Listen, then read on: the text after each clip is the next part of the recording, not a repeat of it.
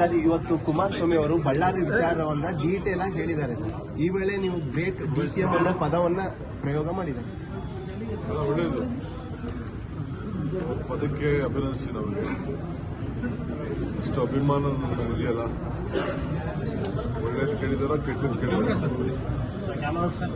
ಅಭಿಮಾನವಾಗಿ great DCM ಅಂತ ಹೇಳಿದ್ಮೇಲೆ ಬಹಳ ಅಲ್ಲ, ನೀವು ಅಮೆರಿಕದ ಸೆಕ್ಯೂರಿಟಿ ತಗೊಳ್ಳಿ ಅನ್ನೋದು ಅಂತ ಹೇಳಿದಕ್ಕೆ ಸರ್, ಅಧಿಕಾರದಿಂದ ಬಿಟ್ಕೊಡ್ಲಿ ನಿಮ್ಮ ಕೈಲಿ ಆಗಿಲ್ಲ ಅಂದ್ರೆ ಅಂತ ನೀವು ಸೆಕ್ಯೂರಿಟಿ ಕೊಡಕ್ ಆಗದೆ ಇದ್ರೆ ಅರ್ಥದಲ್ಲಿ ಮಾತಾಡಿದ್ದಾರೆ ಸರ್. ಯಾರಿಗೆ ಸೆಕ್ಯೂರಿಟಿ ಕೊಡಬೇಕು?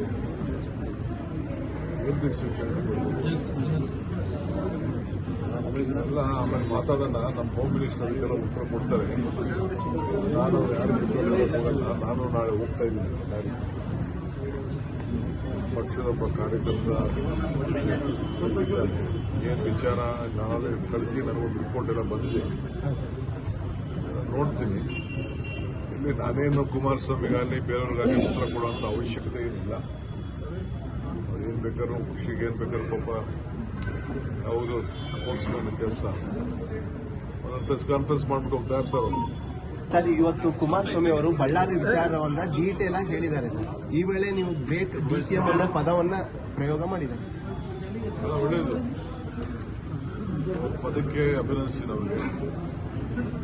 ಇಷ್ಟು ಅಭಿಮಾನ ನಮಗೆ ಇದೆಯಲ್ಲ, ಒಳ್ಳೇದು ಕೇಳಿದಾರ ಕೆಟ್ಟದ್ದು ಕೇಳಿದಾರ,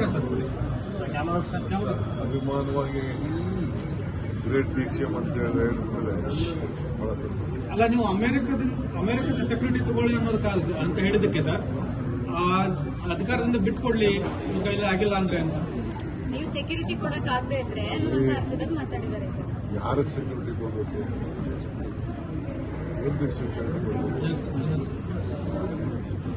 ಎಲ್ಲ ಆಮೇಲೆ ಮಾತಾಡೋಣ. ನಮ್ಮ ಹೋಮ್ ಮಿನಿಸ್ಟರ್ ಅದಕ್ಕೆಲ್ಲ ಉತ್ತರ ಕೊಡ್ತಾರೆ. ನಾನು ಯಾರು ಹೋಗಲ್ಲ. ನಾನು ನಾಳೆ ಹೋಗ್ತಾ ಇದ್ದೀನಿ. ಪಕ್ಷದ ಒಬ್ಬ ಕಾರ್ಯಕರ್ತ ಏನು ವಿಚಾರ ನಾಳೆ ಕಳಿಸಿ ನನಗೊಂದು ರಿಪೋರ್ಟ್ ಎಲ್ಲ ಬಂದಿದೆ, ನೋಡ್ತೀನಿ. ಇಲ್ಲಿ ನಾನೇನು ಕುಮಾರಸ್ವಾಮಿಗಾಗಲಿ ಬೇರೆಯವ್ರಿಗಾಗಲಿ ಉತ್ತರ ಕೊಡುವಂಥ ಅವಶ್ಯಕತೆ ಏನಿಲ್ಲ.